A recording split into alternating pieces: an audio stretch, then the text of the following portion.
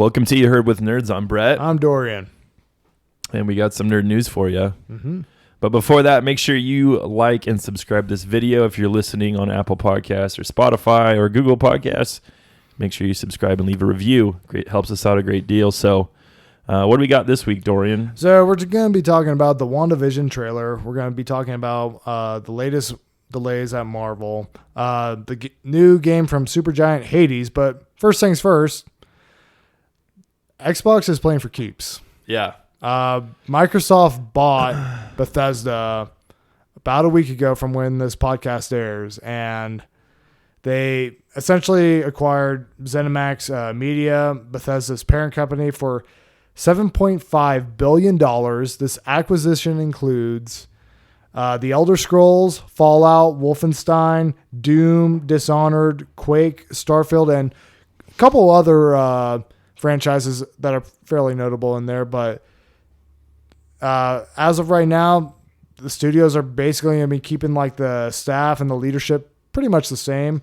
There are some PS5 exclusives that are currently in development at Bethesda under like a Bethesda, umbrella, and those games will still be coming to PS5, which those games being Deathloop and Tokyo Ghostwire.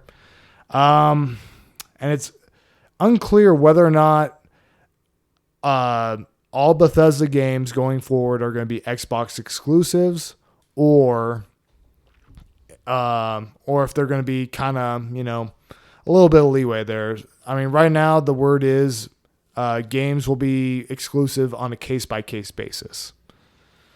So, what do we think about all this? This may have decided the console of the next generation for me. Really? I mean, I would say, I don't know. I would say Elder Scrolls is enough to pull a lot of people over to Xbox. It is going to be the big thing here. I mean, granted, unless we get a Switch Pro. Yeah, well, that's the thing is like Elder Scrolls 6 is not going to be on Switch Pro here. I doubt that. We don't know anything yet. I mean, but that being said, no, this is definitely, if they do make Elder Scrolls 6 a console exclusive for Xbox, yeah, no, that is definitely probably the biggest selling point Xbox has made here. Yeah. But that's the thing that I'm kind of wondering is I don't know whether or not they can officially do that, because they announced Elder Scrolls 6 and their the other game that's going to be coming out, Starfield, about, I want to say 2 years ago or so.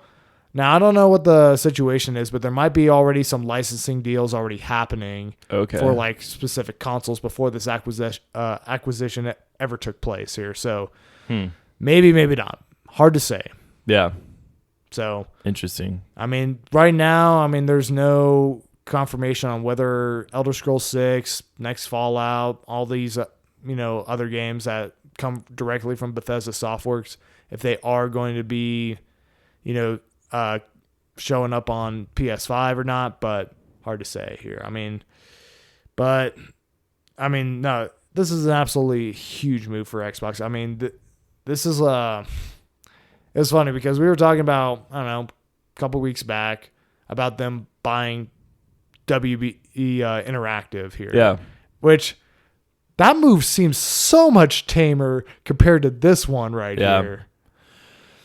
Big time. So, I mean, the other games are good. I think the biggest one that'll probably end up going exclusive is Elder Scrolls. I mean, that's going to be their big money maker. That's the thing is like Doom, it's fine. Like all those other games, it's sure. Wolfenstein, whatever. Sure. But I mean, they don't draw the numbers in like an Elder Scrolls game. I mean, essentially, this is going to be the sequel to Skyrim, one of the biggest games of all time. So it's like, yeah, I mean, it's really coming down to like, is Microsoft's strategy like as they've claimed here? Where, I mean, obviously this generation, they haven't really been like super exclusive in terms of their games. I mean, literally like one of their big exclusives exclusive games that came out this year is on Switch 6 months later, like right now, like which is Ori and the Will of the Wisp there. And now basically it's going to come down to like, okay, is Microsoft still going to back up that talk about saying like, we don't want to make like, necessarily consoles. We want to make services like with Xbox Game Pass, and it can be played on like, a bunch of different devices here. So we'll see. Yeah. Well, and that's even like Doom Eternal is now going to be on Xbox Game Pass. It will be on Xbox Game Pass, and they said like pretty much all Bethesda games will be on Xbox Game Pass at launch here. I mean, right now, Xbox has been very consumer friendly, and I think that's more by necessity, not by choice per se, because they're right now in third place in this whole console arena, and they had about 4 years head start on the Switch, and they got already outpaced by the Switch, basically. So it's really going to come down to like, okay, how much of this is this actually going to be honored here? In terms of, or like this mentality of being like super consumer friendly. How long is that going to carry on for? Because when you're on top and, people want your stuff regardless of whether you're being consumer friendly or not, that's going to be where the rubber meets the road. Right. Yeah, I don't know. But, I mean, we could get a little glimpse into that with the next thing we're going to talk about, which is their external storage card. Yeah, that's quite a thing, isn't it? Which is going to cost you a lot of money. So it's a proprietary memory card. Yeah. It's going to cost you $219.99 for a 1 terabyte. 1 terabyte. Which, I mean, in all honesty, like, I feel like in this day and age, doesn't get you a whole lot here, in all honesty. I mean, when you have game sizes that are 100 gigabytes a game.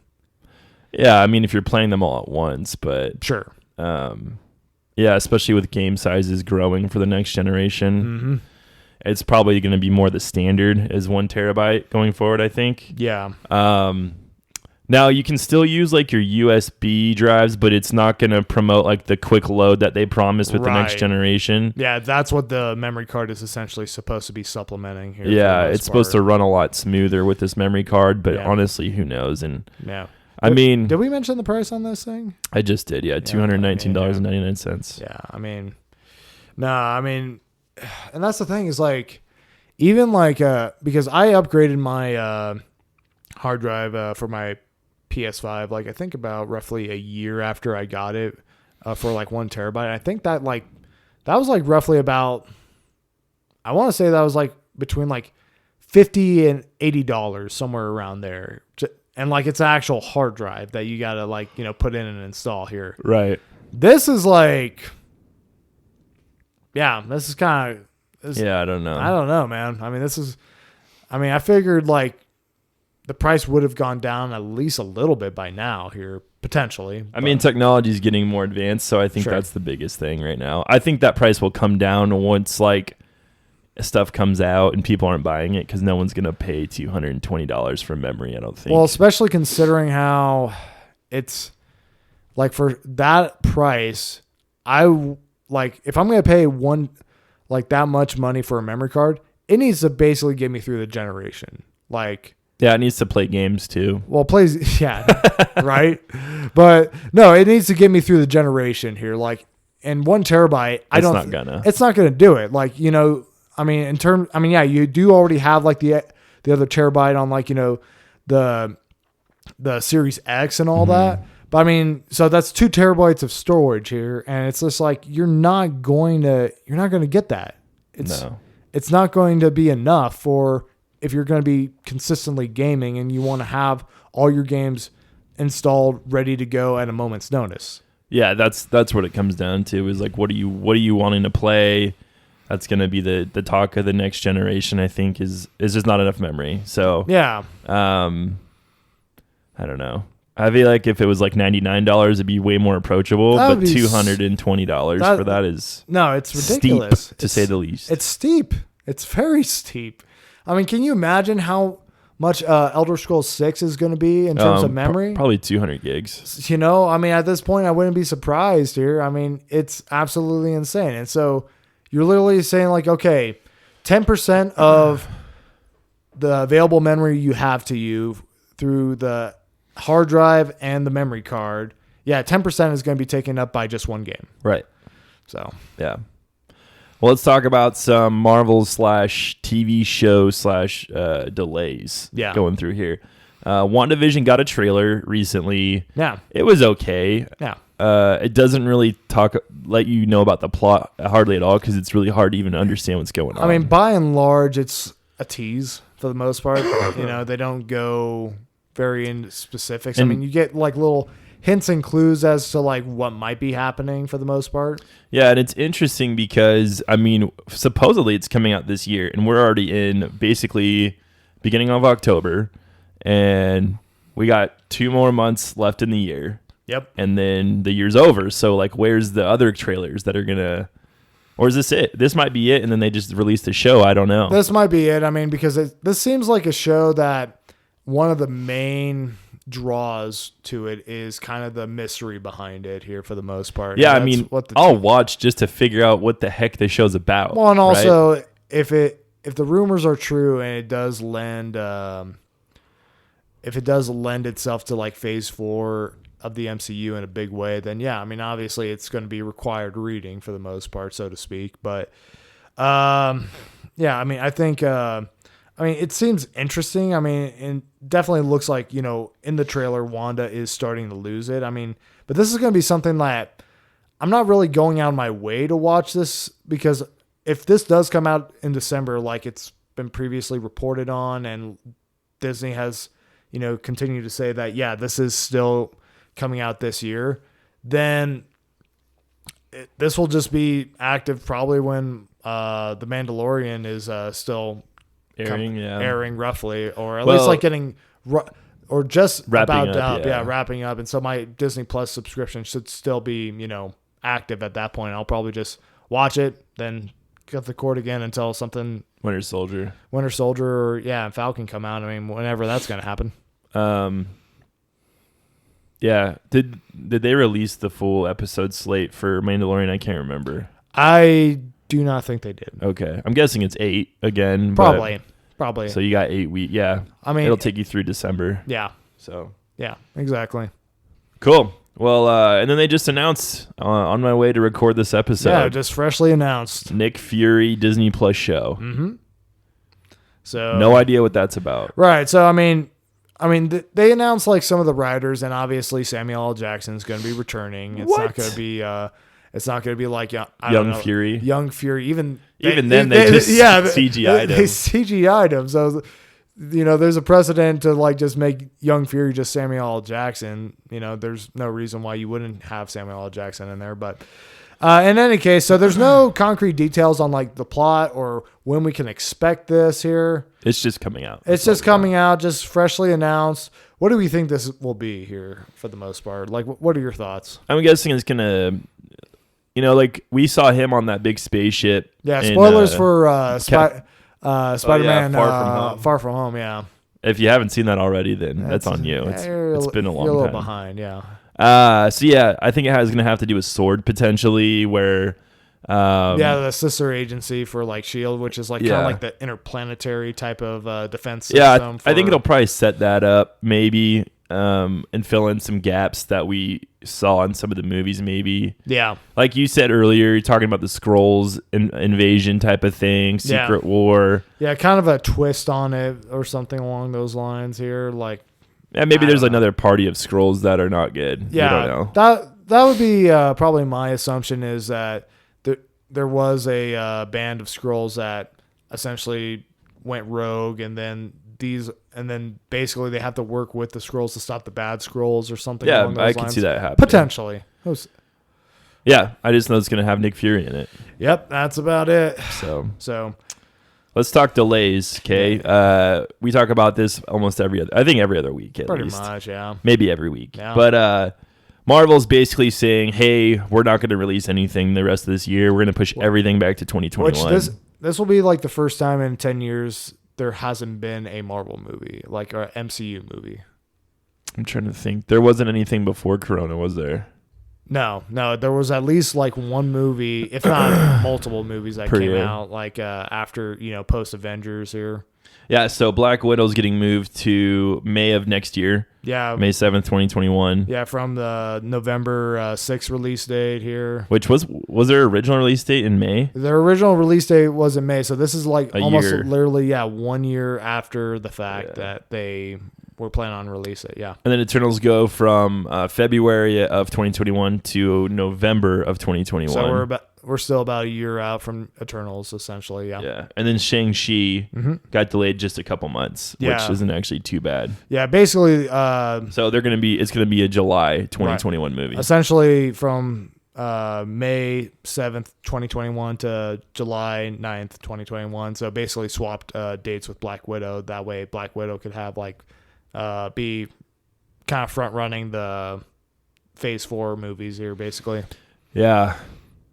Which I don't know. Who knows what they're going to do with that whole thing. I mean, still remains to be unseen. I mean, the slate isn't exactly exciting. And I was kind of talking about this with you and your wife over the weekend, saying, I am really glad that it's not Endgame that we were waiting on here. That would have been horrible. I would have lost my mind here. I mean, these movies, here's the thing. I mean, I'll go see them and all that, but am I just giddy with excitement over seeing a Black Widow movie that should have happened I don't know, probably shortly after the first Avengers movie, or these guys that I don't know anything about? Not really. I mean, I'll watch them. But I'll go see it for sure. I'm not going to be day one, midnight release type thing here or whatever. Right.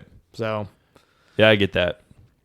All right, so a couple of weeks ago, we talked about James Gunn's The Suicide Squad. We did, and the lack of trailer thereof here.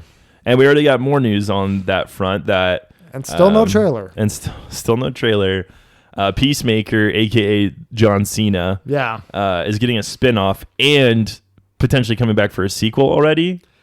Yeah. So he doesn't die in this movie? I guess not. Kind of spoiling the I know. That's things, where I was like, what? Why are you saying all this? Yeah. So anyway, it's going to be an HBO Max series. Yeah. This is starting to piss me off. Why is that? Because I don't want to pay for HBO Max. So they're starting to do their own little spin-off things, and which is fine. I mean, I get it. I mean, you're just gonna have to be kind of cherry picking. Just start hopping your subscriptions. Just be like, all right, here's $11 for the month. Show me what you got. And then be like, cool, that was great. All right, see you. I mean, I figured with someone like John Cena, it's going to be more than just his one role in the just movie. all one and done type of thing. Yeah. He's starting to get kind of his, he's already been a big name, but he's starting to become a pretty big actor, like A-tier actor, not just John Cena from the WWE. I mean, I don't think he's I'm not there yet. I would say think for action, he's getting there. I think he's becoming definitely more notable. I mean, you definitely are starting to see him in more movies as of late here. But, I think this could definitely push him into A tier potentially here. I mean, I think it's, for one, HBO has been very generous with these DC shows, spinoff shows or whatever as of late. I mean, we know we have a Gotham PD. We have essentially the Batman spinoff focusing on the Gotham PD. We have the Green Lantern show that's going to be happening. We also got Justice League Dark, and now this here. So I mean, it's so they're really basically just packing it here with essentially saying, hey, if you're a DC fan, this is where you want to be. I mean, essentially saying okay, Disney, we see you with your Marvel shows, and we'll raise you a couple shows as well here. Yeah. But it's also, I guess, speaks to the studio's confidence that John Cena's character is going to be a hit, essentially. Yeah, I mean, his character is interesting. I read up a little bit on him. I did a little reconnaissance, not much here, but yeah, he's just very black and white. Basically, is what it came down to, extremely black and white. He pursues peace, but he'll kill anybody for justice in the way that gets in the way of him having justice and peace. Justice and peace here, which I mean definitely seems like a very comedic concept here. I mean, we'll see how it's executed here, but on paper, I mean, it sounds funny. Yeah, absolutely. So, well, that's it for nerd news. We're gonna head into roundtable review. Mm-hmm. So, in terms of roundtable review, Yeah. it's brought to you by Brett. For once. What do you got for us? So I just have a first look at the game Hades. Yeah. It's a roguelike dungeon crawler, which I'm kind of over that whole thing. As before I even played this game, I was over it. I don't even know why I decided to play this game. I mean, well, it looked cool. Yeah. It was the art. It does look cool, yeah. I'm addicted to this game right now. Yeah. I really like the art style, and not even just the gameplay. Like when you have like, when you're talking. So basically, for those of you who don't know, it takes place in Hades. Yeah. You're the son of Hades himself. Yeah. And you're trying to escape hell, basically. Yeah. And so you're kind of going through these dungeons and trying to get your way and move further and further up. Mm-hmm. And in the process, you're able to pick your weapon. You get these things called boons, which are like different abilities. Yeah. That add to your arsenal already. So like, and it's random how you find these. Like it's like the prize for beating that dungeon. You'd get like either a boon or you get you get different kinds of materials for different stuff. Right. And so basically it revolves around the Greek mythology. So like Sure. Zeus, Poseidon, all those people, Aphrodite, Yeah. Ares, you name it, they're part of this game, and they're kind of helping you on your quest to leave Hades. Gotcha. So yeah, pretty cool. And you could do different builds. Like you have like a dash boon you can get, an attack, a special, and then you get all these other perks on top of that you'll collect as you go. Right. So you can kind of build it how you want, as long as you're able to actually go for, because you're not offered every single boon from the start. You're just offered Sure. one. And then as you go, you collect different ones. Right. So you select which one you want, like for early game, and then you eventually. No, it's just there. Like it's just random. Oh, okay. So Gotcha. So that's the only thing is like if you're like, oh, I want Zeus's stuff because it's more lightning based and Yeah. more damage output. You might not get that. You might not chance. get it. You Yeah. might have to actually kind of dig for that, provided that you actually get decently far in your run. Right. Basically. And I would say the combat's very similar to that of Diablo. Yeah, it kind of definitely seemed kind of similar, like the isometric hack and slash, a lot of enemies on the screen type of thing. Yeah, and it's super fun. There's 6 weapons that you can choose from. Yeah. And I'll go into those a little bit later, but it's kind of cool because, I mean, for the most part of roguelike stuff, you don't start with anything at the beginning after you die. Right. Some of them you're able to upgrade stuff. This you're able to have long-term buffs. Yeah, and kind of upgrade your health and stuff. Kind of similar to with Dead Cells here, where like you got like essentially what would be like experience points. Yep. And then you could put that towards okay, I want to be able to carry more potions like when I start the game, or I want to be able to unlock this weapon or that weapon and Totally. blah blah blah. Yeah.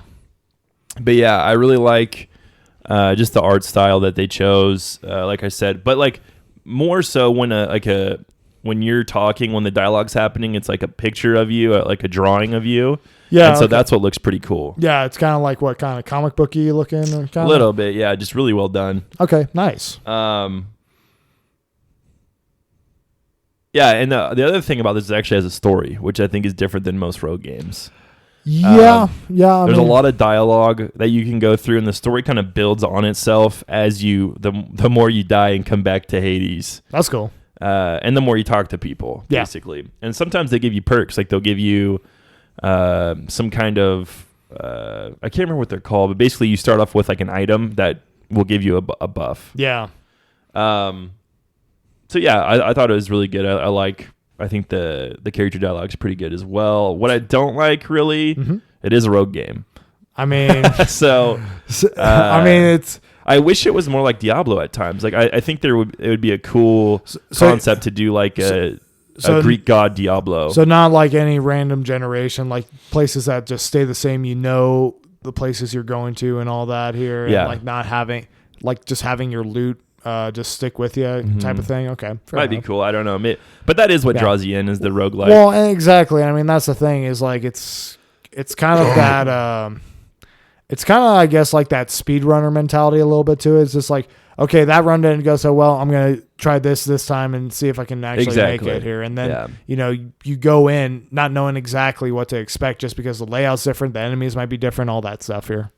Yeah, and I wish one of the drawbacks, I think personally, there's 6 weapons. I wish there was more, and I haven't played, like I haven't unlocked everything, so maybe there are more weapons that come later, or you can upgrade them. Yeah. Right now you can have a sword, which is like a more close range, balanced mid-range option for the most part. Yeah, it's a little slower than some of the other classes, but then you have a bow, which obviously is your long range. Yeah, you're a little bit quick. You're running around, trying to be more mobile. Sure. You have a shield, which is you could throw it, you can hold it, you can actually deflect stuff, you can charge it up and ram people, basically. Okay. Nice. Then you have gauntlets, which are like basically just gloves, and you punch really fast. You could do an uppercut. Yeah, that's but like just your special. But at the cost of like range, essentially. Totally, zero range unless you get a perk that gives you more range. Gotcha. Then you have your spear. The spear's my favorite. Decent damage, longer range. Yeah, a little bit longer range than a mid range. So you're still more of the mid range combat, but you have range because you could actually throw the spear as well. Oh, nice. And call it back to you. Ooh. Yeah, so that's my favorite one. And then you have a railgun. Yeah, so you have like an actual I gun. remember that. I remember reading about that in Greek mythology and all that. Yeah. So you have a railgun that basically is like, pretty quick damage, and then you could lob a grenade up, basically. Nice. But yeah, I think overall, been super fun. I don't really have like a rating for it. If I had to rate it now, I'd say like 8 out of 10 probably. Yeah. I think a lot of places are giving like 9 out of 10s. Yeah. 8 or 9s is what I've been seeing mostly here, but yeah, pretty good. Yeah. No, this is definitely one I'm, interested to check out.